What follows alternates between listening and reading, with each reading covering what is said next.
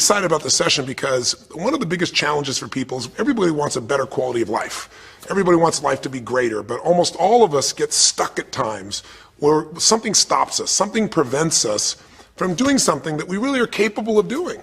Whether it's turning around our body or shifting a relationship or turning around our finances or maybe just being happy and fulfilled at a different level, we get stuck with a belief of how we're not supposed to be, what we're not supposed to do, what people won't accept, what we're not capable of. Or maybe we get stuck in an emotional pattern of just being pissed off or frustrated or worried or sad or overwhelmed.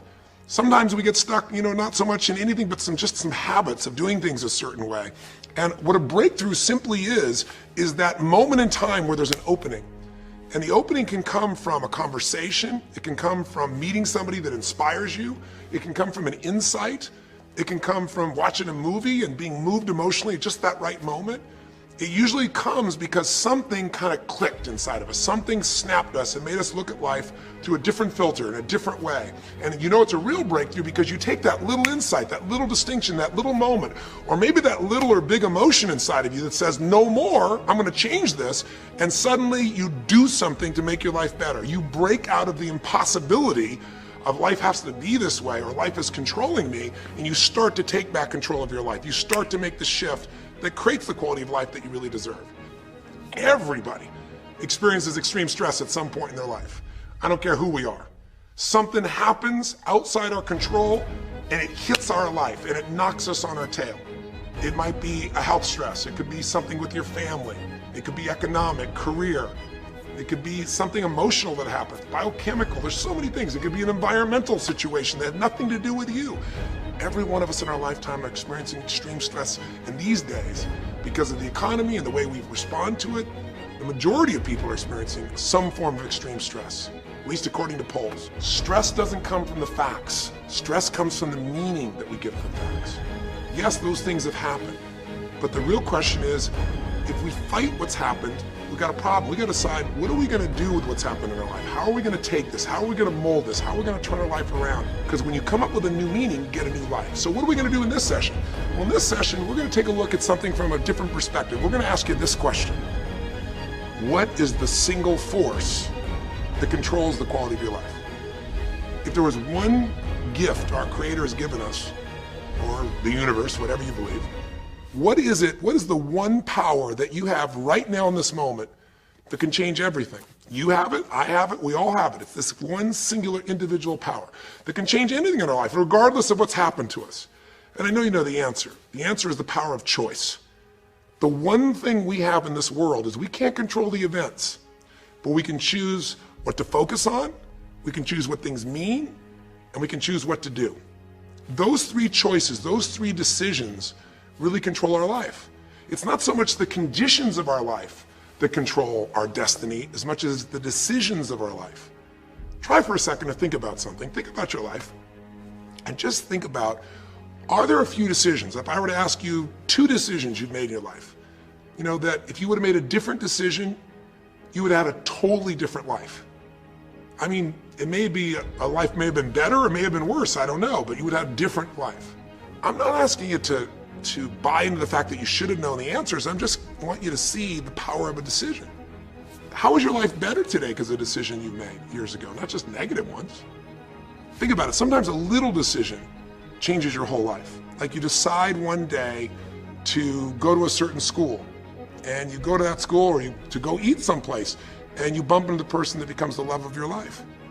Or you meet someone, and you decide as a result of that you're going to become a photographer or a software engineer or a business person or a doctor, a dentist, whatever. They impacted you, but you made the decision, that's what I really want. That's what my life's going to be about. And that decision has affected so much of your life. What you do, how you live your life, how you spend your time, what you earn or don't earn, who you attract into your life. Beliefs you have all come from some of these little decisions. What you decide to eat from your dinner plate each night certainly determines your physical destiny, right? We all know that, at least to a certain extent. I know there's a certain amount that's genetics, but I'm talking about the stuff you and I can control.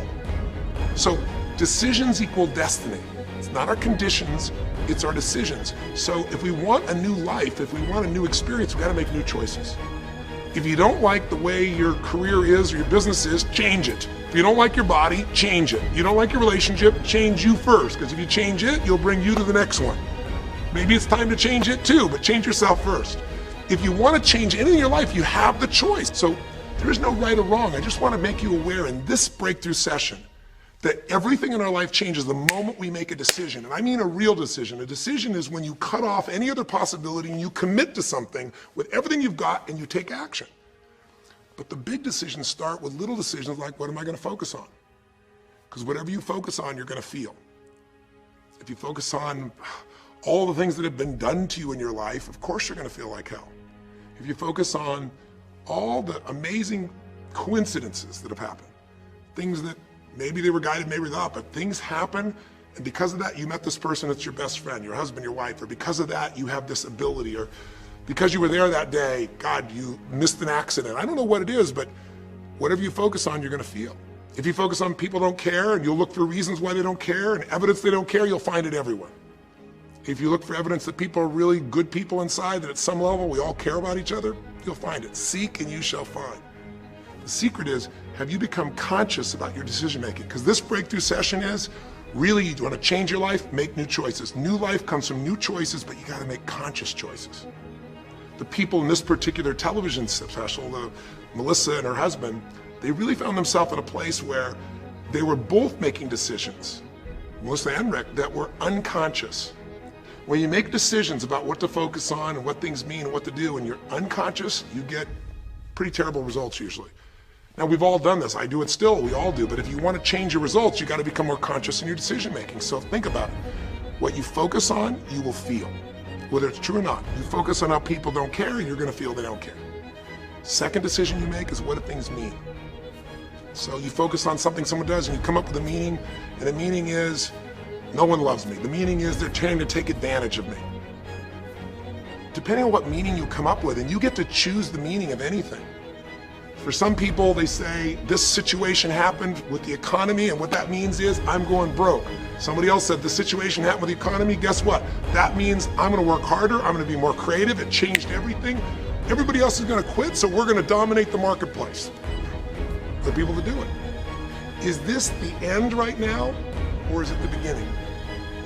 See, whether it's the end or beginning is your choice. You get to decide, because once you make up a meaning, it's true. If you think that this is the end of a relationship, are you going to treat people the same way as if you think it's the beginning of a relationship?